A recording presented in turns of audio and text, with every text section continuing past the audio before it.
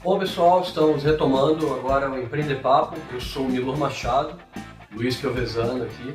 E faz tempo que a gente não publica nada, o pessoal vem perguntar cadê o Empreender Papo, quando vocês vão voltar? E a resposta é agora. A gente agora está mais bonito, mais experiente, mais barbado, com chroma key. Então vamos preparar um conteúdo bem bacana aí para vocês. E sobre o que a gente vai falar hoje, Luiz? Bom, hoje o papo vai ser sobre processos. Então, como uma pequena empresa lida com processos, a gente vai citar vários exemplos nossos do que a gente criou aqui para otimizar nosso dia a dia. E é isso aí, acho que a gente vai gostar bastante aí da conversa. Pois é, e Aderbal, bota aí a vinheta do Schwarzenegger mandando I'm back.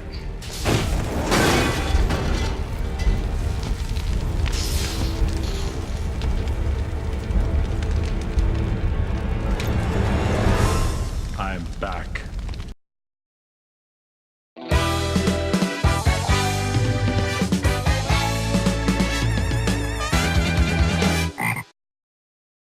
Este Empreender Papo é um oferecimento de Staples.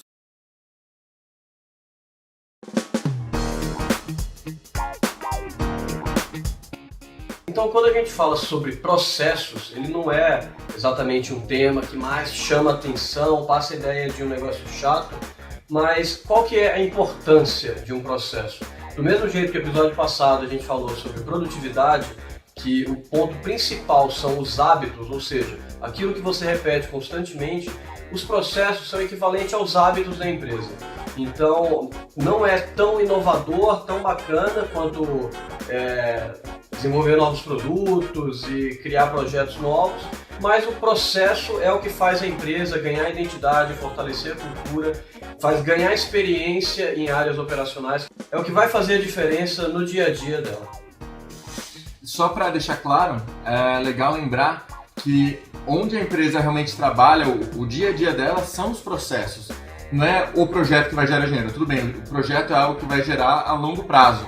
Então vai ser uma inovação, alguma coisa diferente, mas o processo é realmente o que a sua empresa faz no dia a dia. Então aí isso tem que ser muito bem trabalhado para que a operação em si seja lucrativa.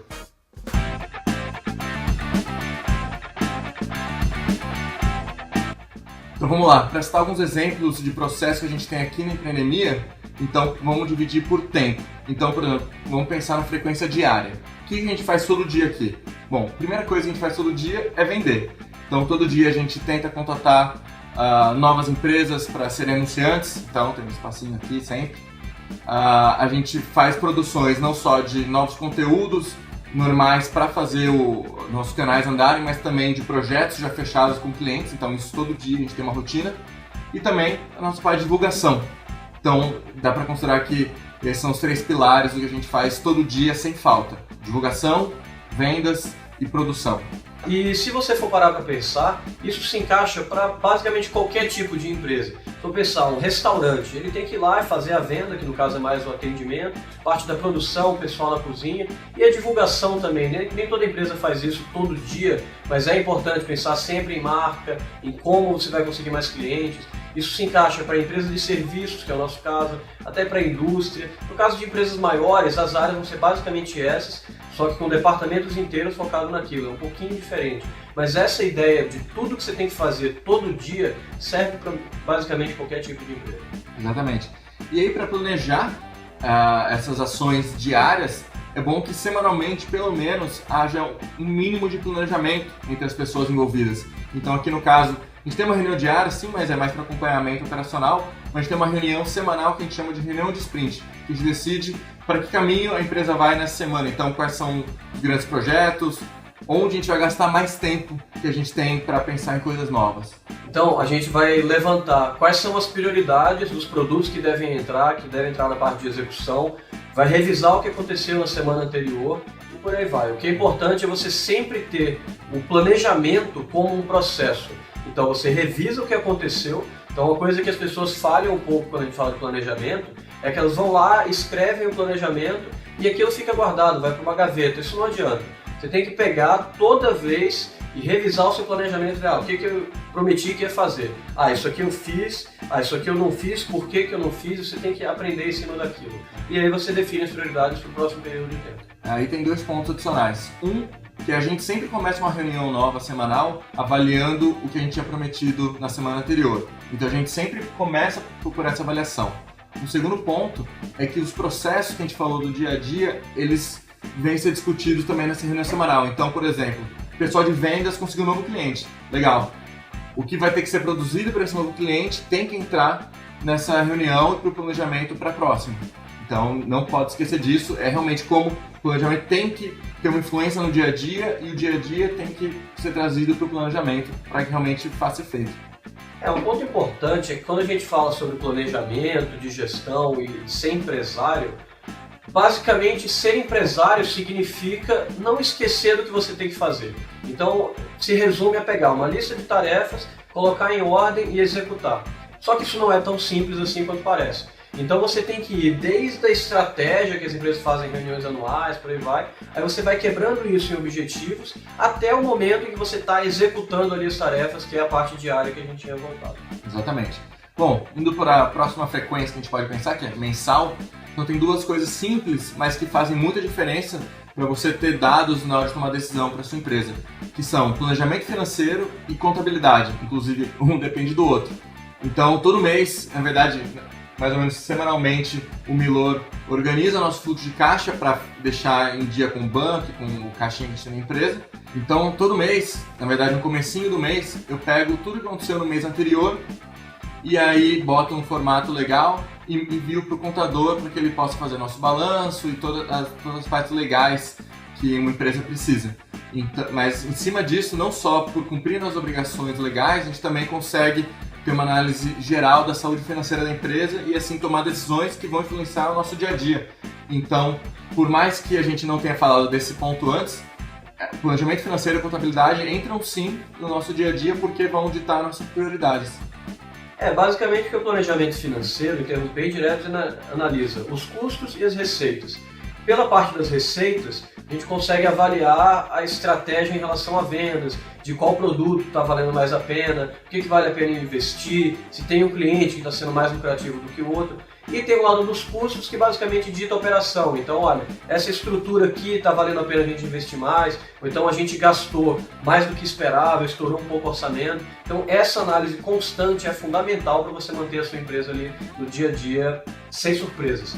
Porque, convenhamos, ninguém quer ter muita surpresa no dia a dia. Porque se for uma surpresa que não é muito feliz, a gente vai chamar de problema, não vai chamar de surpresa. Então você mantém ali todo o seu trabalho focado em conseguir mais clientes. Você pode ter uma surpresa do tipo, esse cara fechou um contrato maior do que eu esperava. Que problema! Bacana, excelente. Agora, pepinos operacionais que vão acontecer independente do planejamento, vamos tentar reduzir o mínimo possível. Então, até aproveitar aí nosso poder de edição agora, vamos pegar o pepino e reduzir. É um trabalho aí do nosso editor. Na verdade, o que o Milor falou é muito importante, porque a administração, na verdade, de empresas, né, acaba sendo você tentar botar num lugar controlável aquilo que tem tantos fatores externos que não é totalmente previsível. Então, você cria vários mecanismos e obedece nessa frequência, então cria processos, etc., para que tudo que aconteça esteja mais no ambiente de controle do que o que estaria se tivesse tudo largado, né? Bom, indo para a próxima etapa, então, pensando no semestral, por exemplo, tem a reunião de planejamento, que foi o que o Milor comentou antes. Então, a gente tem uma reunião de planejamento, onde determina para onde a gente vai, a nossa visão, os principais objetivos do semestre, e aí sim, quebra em bimestres e meses, para aí depois, naquelas reuniões semanais, a gente conseguir puxar para realmente aplicar. Então, a cada 6 meses aqui, pelo menos, na verdade, a gente faz essa reunião de planejamento um pouquinho maior para definir os rumos da empresa. Bom, e aí a gente acabou não citando um ponto que é normalmente bastante frequente, mas que ele acaba não obedecendo uma frequência específica para todo tipo de empresa, que é a contratação de pessoas. Então, empresas estão crescendo num ritmo bacana, contratar pessoas é realmente um processo basicamente diário ou até semanal. Tem várias empresas aí dos nossos conselheiros que contratam diariamente, porque são empresas muito grandes, então tem primeiro uma saída de pessoas e também uma necessidade de contratar mais para a empresa crescer. Mas, além disso, para uma empresa como a gente, que tem alguns períodos de crescimento um pouco mais específicos e controlados, a gente faz contratações sob demanda. Então, a gente sabe que em janeiro a gente vai precisar contratar mais ou menos 3 pessoas, então já está se preparando para isso. Logo depois, provavelmente a gente vai pensar em 3 meses depois, então vai começar a pensar em contratações a cada trimestre.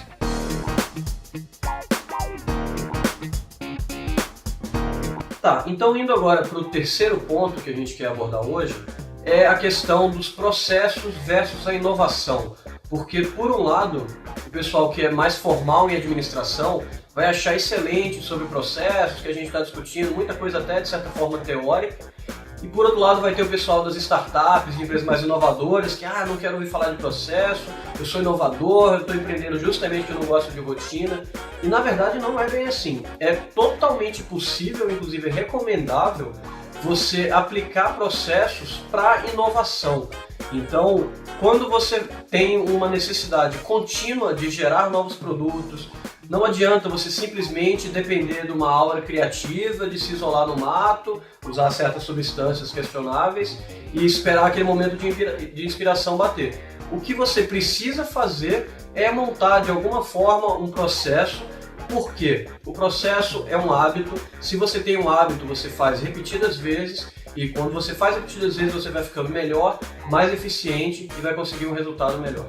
Além disso, ter um processo para criar novos produtos, ou mesmo um processo para criar novos processos que tenha analisado nossas necessidades ou nosso ambiente, faz com que a gente tenha métricas para realmente ver se esse novo projeto, esse novo produto vai valer a pena. Então, se você não tem um processo para medição e não tem uma base de comparação, não adianta nada você ter uma ideia genial e falar, putz, é com isso aqui que a gente vai ficar trilhardário. Aí você vai lá, começa a aplicar e de repente você viu que não está aprovado aquilo. Porque você não fez um teste num ambiente controlado ou porque você não colocou métricas com as quais você pode fazer comparações com outras ideias de produto que você já teve. Pois é, então, caro empreendedor de tecnologia, tudo que você vê de Lean Startups, Eric Ries, Steve Blank, se resume a ter um processo para pegar esses projetos novos e transformar em processo no final. Porque o que vai acontecer? Você tem ali uma startup, você ainda não tem nada de processo, você ainda não tem seu modelo de negócio, você não tem nada disso. Aí você vai criar vários projetos, vai fazer os experimentos, avaliar se aquelas métricas estão fazendo sentido e aí aquilo, se você viu que está fazendo sentido, que é uma coisa bacana, você vai replicar, então você vai transformar em processo. E aí vai ter agora um vídeo nosso explicando como que funciona o processo de inovação dentro da empreendedora. Bom pessoal, então aqui é o nosso método fantástico de processo para inovação, que é baseado na metodologia Kanban. Então, a maioria das coisas que eu vou falar aqui, a gente vai colocar um link de referência, só que a gente adaptou a metodologia do Lean Startup, que é baseada em Idea, Build e Learn. Então, o que isso aqui significa? Você vai ter a parte de ideia, então onde você vai modelar qual que é o projeto, como você vai especificar. Você tem a parte de construção dele, que é executar, e você tem o Learn, que é para ver se o projeto valeu a pena realmente, se foi um sucesso. Então você vai definir algumas métricas e vai conferir depois. Então, o que é essa divisão aqui, em cima e embaixo? Em cima é basicamente quando você está em execução daquela etapa, e embaixo é quando você executou e está esperando a aprovação de alguém. Então, por exemplo, a gente começa aqui o projeto X no conceito. O que abrange o conceito? A gente define qual que é o objetivo, quem que é o público-alvo, como que vai fazer para dividir as tarefas do projeto. Tudo isso entra aqui no conceito, de forma bem genérica. Isso aqui passou pela equipe, então por um gerente, alguma coisa assim. Aí ele sai da parte de teste e entra no design. Então o design, como a gente trabalha com projetos web, você tem que ter a especificação de uma página, você tem que ter os wireframes e tudo isso relacionado à parte do design em si.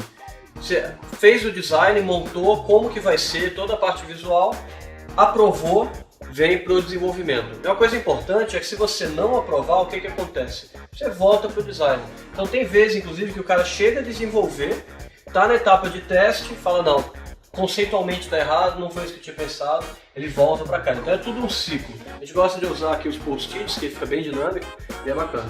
Então, ó, terminou o design, começou a parte de dev, que é a codificação em si. Codificou, aprovou dentro da máquina, você vai colocar na máquina de teste.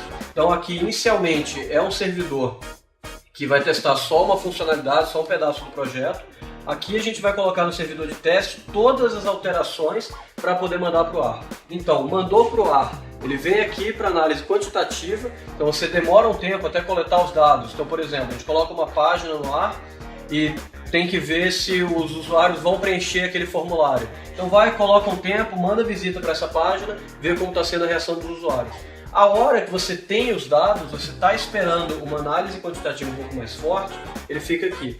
Daí daqui você vai pegar um cara que vai organizar esses dados, vai compilar, vai comparar com os critérios de sucesso que você definiu no conceito e vai jogar para uma análise qualitativa. Então você vai ter um cara aqui, ou uma equipe, normalmente é o sócio inclusive, que vai olhar e falar: eu acho que essa métrica está de acordo com o que a gente esperava para o projeto, foi realmente um sucesso. Então vai compilar a opinião de todo mundo, fica aqui esperando dar um fechamento e aqui você faz a parte de learning, que basicamente é uma documentação sobre o projeto. Então você fala sobre lições aprendidas durante o desenvolvimento, então se teve alguma etapa do processo que dava para ser melhorada, se teve alguma linguagem que você teve que aprender, tudo isso a gente compila no aplicativo que chama Evernote, que é excelente, e vai guardando aqui os aprendizados. Então mais post-its a gente vai compilando aqui. Então de desenvolvimento de produtos, a gente colocou que tem que testar os casos de recorrência antes, não adianta só testar no dia. Então, dúvidas sobre servidor, aqui tem coisa de processo. É importante você compilar esses aprendizados e passar para a equipe inteira. Que na hora que isso for virar um processo, esses aprendizados que você teve durante a construção vão ser essenciais. Então é isso.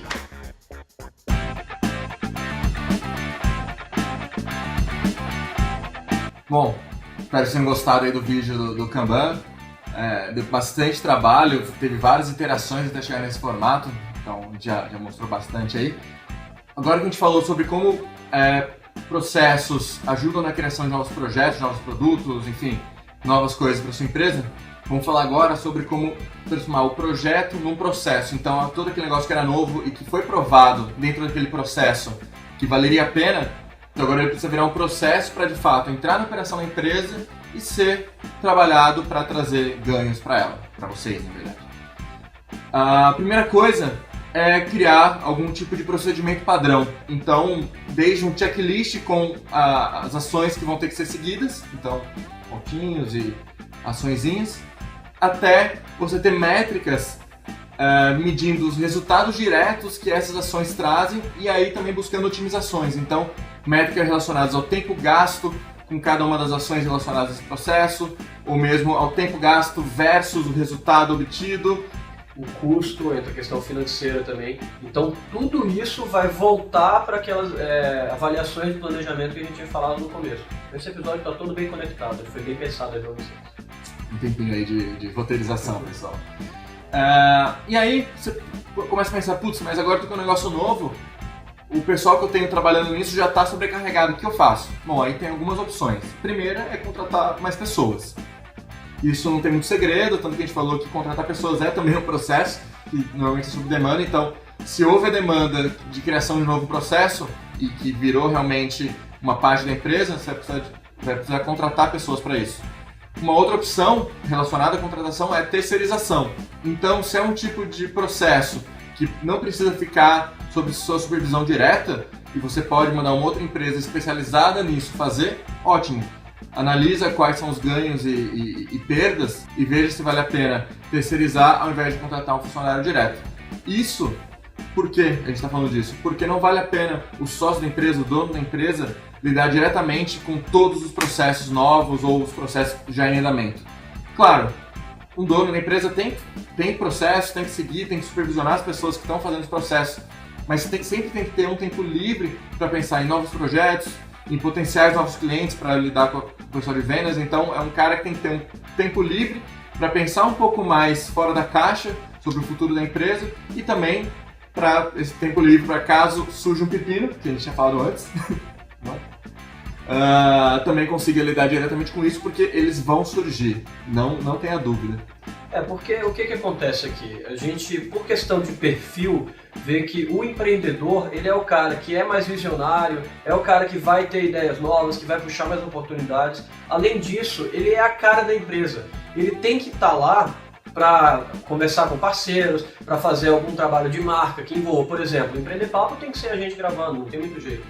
Então, não adianta você pegar e ocupar esse cara com os processos que vão se acumulando. Então, toda a parte que dá para repetir, que é replicável, faz um procedimento, alguma coisa assim, não precisa ser nada muito formal, nenhum PDF gigantesco, nada disso. Faz uma lista de coisas que tem que ser feitas, ensina outra pessoa a fazer, porque aí você vai ganhando escala. Então você vai se retirar daquela função, porque na prática você vai ter 24 horas no dia. Então não adianta você sair acumulando. Pega aquilo, o projeto, aprendeu, viu como que replica, como que dá para você otimizar, ensina para outra pessoa e ela vai ficar especializada naquilo. Isso vai te dar um ganho de eficiência muito grande. Então o ideal é que você esteja pensando em novas coisas. Isso, no fim das contas, é uma forma de otimizar o processo de gerir a empresa, porque você está colocando alguém cuidando de um processo cuja hora custa menos que a sua, então você está diminuindo os custos e por isso está otimizando esse processo, e aí você vai ter mais tempo de hora cara para pensar em coisas que vão fazer uma diferença maior para a sua empresa. Legal, então a gente já falou sobre o que são processos, relacionou com hábitos, falou sobre os processos que a gente tem por aqui, deu vários exemplos, falou sobre a criação de novos produtos com base em processo também, falou sobre a criação de novos processos a partir desses projetos que foram desenhados, e agora a gente vai falar de otimização.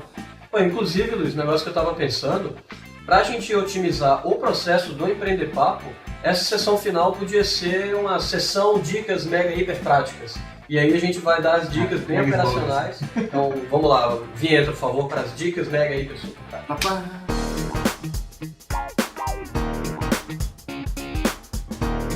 Primeira dica mega hiper prática sobre o processo. Então, na verdade, a gente reuniu aqui alguns processinhos que a gente tem que fizeram, apesar de serem bem simples, fizeram muita diferença no nosso dia a dia. O primeiro deles é resposta padrão para e-mail. Então, por causa de algumas atividades que a gente tem, como por exemplo, postar muito conteúdo, as pessoas mandam muito e-mail pra gente pedindo e-book, pedindo dicas sobre alguma coisa específica, sobre eu vi lá o Empreender Papo sobre produtividade. Você tem alguma série de artigos aí para me recomendar sobre produtividade? Temos. Então a gente criou, de acordo com a demanda que a gente foi vendo que existia, a gente foi criando alguns e-mails básicos para fazer isso seguir. Isso é a mesma coisa no Empreendemia, nossa rede social, que daqui a pouquinho já vai chamar Rede PME, para alguns pedidos recorrentes lá, como postagem de serviço, novos anúncios, pedido no mural de oferta, etc., requisição de senha perdida, putz, esse aí acontece muito. Então, para todos esses, a gente já tem um e-mailzinho padrão e que economiza muito o nosso trabalho, porque a gente não tem que criar o mesmo e-mail toda hora, então gastar esse tempo de produção todo o tempo. Então a gente tem um e-mail padrão, só muda o nome da pessoa, vê se tem alguma coisa diferente, adiciona, envia. Né? Duas coisas bem relevantes sobre isso. A primeira é, a gente recomenda muito o Gmail. A gente sabe que muita gente usa o Hotmail, o Outlook por aí, mas o Gmail é lindo. Não sei como funciona nos outros, mas no Gmail chama Canned Responses, que você vai lá, configura, aí ele já tem uma base de e-mails padrão, coloca lá e você edita. E outra coisa muito importante, não confundam e-mails padrão com resposta automática. A gente trabalha muito com PME e vê que direto você manda, aí o cara, recebi a sua resposta, obrigado. Pô, mas isso não me disse nada, eu pedi alguma coisa pro cara, eu provavelmente pedi um orçamento, coisa assim, aí me vem aquele e-mail automático, que eu vou e fico feliz, aí eu vejo, não é mensagem aqui. Serve só para falar que o e-mail chegou, mas na verdade uma resposta bem dada também faria esse papel. Então, na verdade, acaba sendo inútil essa resposta padrão, né? Inclusive, se o e-mail não chegar, o cara vai receber um e-mail. Então eu, pelo menos, quando mando e-mail para a empresa, eu sei que se chegou, eu não vou receber nada, exceto a resposta verdadeira, né? Mas, por favor, pessoal, vamos fazer esse movimento contra as respostas automáticas. Isso, pelo menos a nós, irrita bastante, é uma prática que nós não recomendamos. Exatamente. E muitas vezes vem com aquele e-mail, nome da empresa, não responda, @nome da empresa. Que é pior ainda, porque você fala, não responda. Você vai falar isso pro seu cliente mesmo, não me responda. A segunda dica que a gente vai dar hoje é sobre a questão dos lembretes com recorrência. Então a gente está falando sobre processos, está falando sobre hábitos, e existem ferramentas muito simples que vão te fazer lembrar das coisas. Então tem desde sistema de produtividade no geral, tem bastante coisa que dá para fazer. Você tem calendário, você tem celular, você tem a própria agenda, mas eles têm que ter o hábito de ir lá na agenda e conferir o que está acontecendo. Mas assim, é difícil deixar mais óbvio que você precisa lembrar das coisas com recorrência. Então a gente está falando sobre, uma vez por mês você tem que fazer o seu planejamento. Vai e coloca um lembrete. não depende do seu cérebro. Eu não sei se é uma característica só da nossa geração, pelo menos, mas se você falar uma coisa pra mim e eu não passar por um meio eletrônico, eu garanto que eu vou esquecer. Então, inclusive, tinham coisas que não estão aqui no roteiro que eu já esqueci o que era. Na verdade, além disso, só para dar um exemplo de uma ferramenta que dá essa possibilidade de lembrete, com recorrência inclusive, é o calendário do Google. Na verdade, qualquer calendário. Não sei se o Outlook faz isso, mas... Deve fazer. Tomara, né? Então você vai lá, cria uma tarefa e fala que ela repete todo mês no dia 1º. Então, por exemplo, reunião de planejamento. Ou contabilidade, que seja. Ou follow-up para cliente, essa é importante. Então você vai mandar uma proposta para o cliente, provavelmente ele não vai responder direto, vai levar um tempo. Pô, bota um lembrete ali para daqui a 2 semanas cobrar o cara. E aí, você recebeu o meu e-mail, como que tá? Porque se você depender da resposta dele e deixar aquilo pro lado, provavelmente você vai perder muito cliente. E aí, essas ferramentas de calendário, elas normalmente dão a opção de ser lembrado. Então, ou vai pular alguma coisa na tela, ou vai te enviar um e-mail para você lembrar exatamente dessa tarefa. Então, ajuda. A gente, na verdade, se organiza muito com base no e-mail, então a gente sempre fala: você me pediu alguma coisa? Beleza, então me manda no e-mail, que senão eu não vou fazer, eu garanto. Não é tão extremo assim, mas é. A terceira dica que a gente quer dar é o uso do Internet Banking. Então é impressionante como tem empresas hoje que ainda tem que ir lá, o cara vai até o banco para pagar uma conta, que pode até entrar em débito automático, mas fala, pô, mas débito automático tem o risco de eu perder o controle. Então eu digo, meu filho, cria o hábito de controlar a sua conta, que é muito mais importante do que ter que ir ao banco, você vai perder tempo. Então, cria o hábito, vai lá, confere a conta, você sabe mais ou menos que dia que vai cair, porque aquilo vai repetir todo mês, você tem que ter uma noção mais ou menos do valor, que é a questão do orçamento, também entra no planejamento. Então, não faz sentido, pleno século XXI, tanta maravilha tecnológica aí no meio, você depender de ter que ir no banco pagar uma conta, exceto você sacar dinheiro, que realmente, que eu saiba, ainda não existe nenhuma forma de você imprimir dinheiro, ia ser muito legal se tivesse. Você pode pagar a conta, fazer transferência, pode fazer muita coisa pela internet hoje em dia. Vamos aproveitar esse canal que é legal. Isso aí, não tem nem o que falar. Eu sou totalmente contra a fila de banco. Banco tem um pouco de repúdio aí, e quando eu preciso falar com a gerente, eu ligo para ela e faço de tudo para nem ter que ir até lá. Ela manda às vezes documento que a gente precisa assinar e a gente manda de volta. Não vale a perda de tempo, tanto no caminho para lá, como estacionando, pegando fila, enfim. Um empreendedor sempre tem coisa mais importante para fazer do que ir ao banco. A única coisa realmente legal do banco é o ar-condicionado. Normalmente você chega lá, tá aquele calor, o ar-condicionado dá uma ajuda, mas você pode comprar um ar-condicionado no seu escritório com o tempo que você vai economizar. Exatamente. A quarta e última dica, das dicas super práticas, é relacionada às compras de escritório. Então, desde papel, cartucho para impressora, inclusive algumas coisas maiores como computadores, monitores, isso todo mundo já sabe que precisa comprar para o escritório, mas também né? Recentemente a gente passou por isso. Né? Mauro, nosso sócio que fica escondido atrás das câmeras, que talvez possa botar a carinha dele aqui, ó. Só que como ele edita, talvez ele não coloque, ele vai me botar com cara de palhaço. Ele já tá falando tudo. Teve uma maratona aí de compra de cadeiras.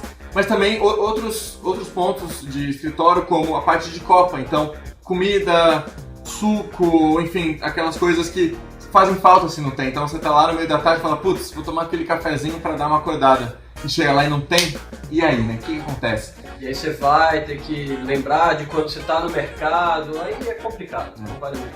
Além de ter esse problema de lembrar quando você tá no mercado, você também, se você tá no escritório e fala, putz, eu preciso fazer compras, daí você tem o mesmo problema do banco. Você vai até lá, estaciona o carro, pega o carrinho, faz aquela rodada, compra um monte de coisa, paga, traz, descarrega, guarda, você já gastou pelo menos um período aí, se você for num lugar não tão perto. Mesmo que você mande alguém para fazer isso, essa pessoa provavelmente consegue otimizar melhor o tempo dela em outro tipo de processo. Exatamente, você está pagando essa hora de qualquer maneira. E a partir, quando a gente realmente enxergou isso, a gente começou a fazer compras de escritório pela internet. Não só porque chega tudo aqui em casa, no portão, mas também porque a gente gasta um tempo muito mais rápido, consegue comparar os preços para ver se vale a pena, e também descobriu recentemente que consegue comprar artigos de cozinha da Copa, então biscoito, a gente até comprou chocotone na última vez, O pessoal do escritório ficou mal feliz. Essa foi uma boa surpresa, ele comprou e a gente não sabia, abriu a caixa assim, nossa, chocotone. E aí, para deixar uma recomendação bem bacana de compra de escritório, de um site que você consegue comprar todos os artigos, que não é algo tão fácil de encontrar, é a Staples, nossa grande parceira e patrocinadora desse episódio do Empreender Papo. Então lá a gente compra rapidinho pelo site, vê a marca que a gente prefere de cada tipo de produto, desde cadeira até mesa, monitor, artigos de copa, chocotone, e era muito bom, já acabou rapidinho. Lá é bem fácil mesmo, faz o pedido, paga online. Aqui no estado de São Paulo, a gente está em Campinas, o prazo que eles dão é até 3 dias úteis. Pra gente, por sorte, nunca demorou mais de um dia para chegar. Então, se a gente se planeja bem, o que a gente começou a fazer aqui há algum tempo, tem valido muito a pena, porque quando a gente vê que está começando a acabar, a gente já faz a compra, já chega tudo, e a gente já se organiza, então ninguém fica passando fome, ou com a cadeira errada, ou tem que sair no meio do dia para fazer uma excursão ao mercado. Antes era até divertido, mas não era a coisa mais produtiva do mundo, a gente ia ao mercado e fazer todas as compras. É isso aí. A gente não falou nada do Factory. Patrocínio adicional da Empreender Store. Se você for em loja.empreendemia.com.br, você consegue uma camiseta igualzinha a essa, bonitona, para quem é empreendedor, então keep calm e sai do lugar. Se você ainda não conhece Sai do Lugar, não sei como se caiu nesse vídeo, mas saidolugar.com.br e também em loja.empreendemia.com.br. Bom, então para finalizar, clique em gostei, que vai ser mais ou menos por aqui, problema do editor para você acertar isso, qualquer coisa ele bota uma seta. Assine o nosso canal, que a gente vai mandar cada vez mais conteúdo aí do Empreender Papo. Exatamente. Valeu!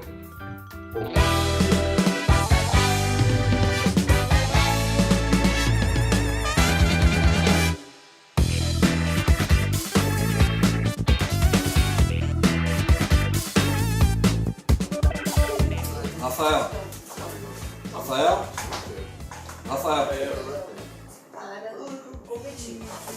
Ô, Rafael!